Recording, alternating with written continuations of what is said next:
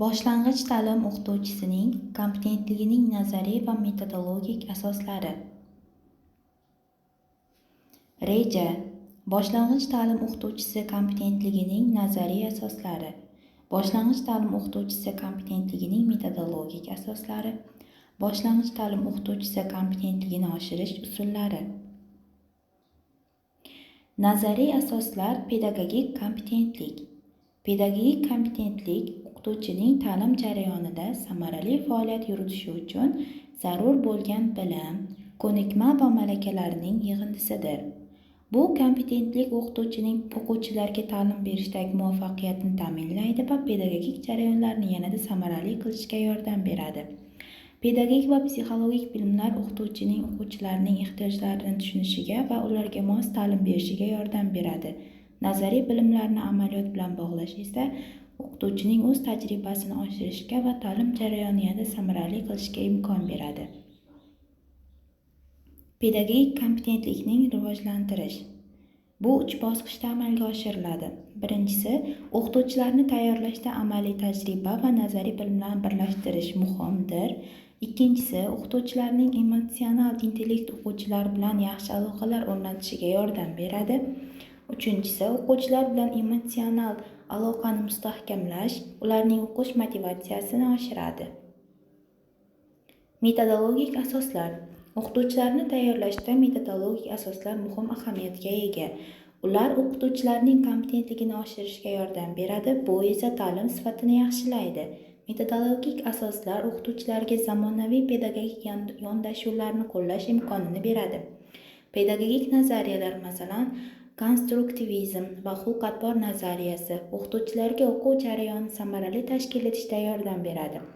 Amaliy tajriba va nazariy bilimlar integratsiyasi o'qituvchilarni tayyorlash jarayonida muhimdir.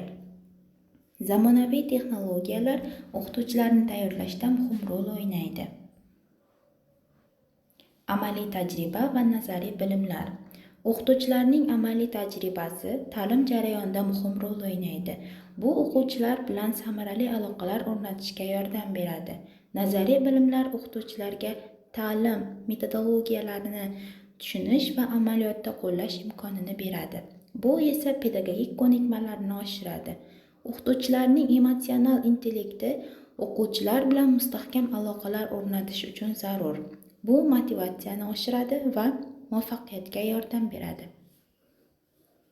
Boshlang'ich ta'lim o'qituvchisi kompetentligini oshirish, nazariy bilimlarni mustahkamlash va amaliy tajriba orqali mahorat oshirish.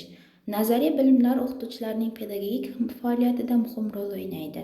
Ular ta'lim jarayonini samarali tashkil etish va o'quvchilarga bilim berishda asosiy poydevor hisoblanadi. Amaliy tajriba o'qituvchilarning pedagogik mahoratini oshirishda muhim ahamiyatga ega. Pedagogik kompetentlikni rivojlantirish. Pedagogik kompetentlikni rivojlantirish o'qituvchilarning nazariy bilimlarini amaliy ko'nikmalar bilan birlashtirishni talab qiladi. Bu jarayon o'qituvchilarning o'zaro muloqot va o'quvchilar bilan faol ishtirok etish qobiliyatlarini oshirishga yordam beradi.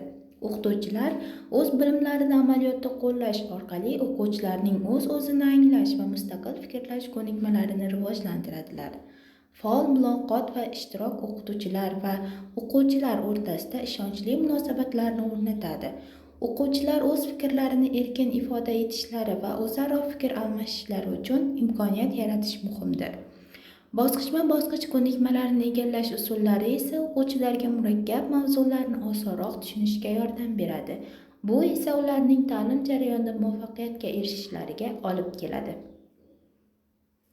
Xulosa: pedagogik kompetentlik, nazariy asoslar va amaliyot o'rtasidagi bog'liqlik o'qituvchilarning samaradorligini oshirishda muhim ahamiyatga ega.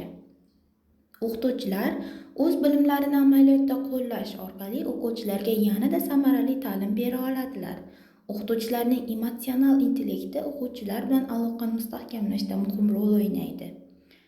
Pedagogik kurslarning integratsiyalashgan yondashuvi o'quvchilar bilan faol muloqot qilish imkonini beradi. Bu yondashuv o'qituvchilarga o'quvchilarni yanada yaxshiroq tushunish va ularning ehtiyojlariga mos keladigan ta'lim usullarini qo'llash imkonini beradi. E'tiboringiz uchun rahmat.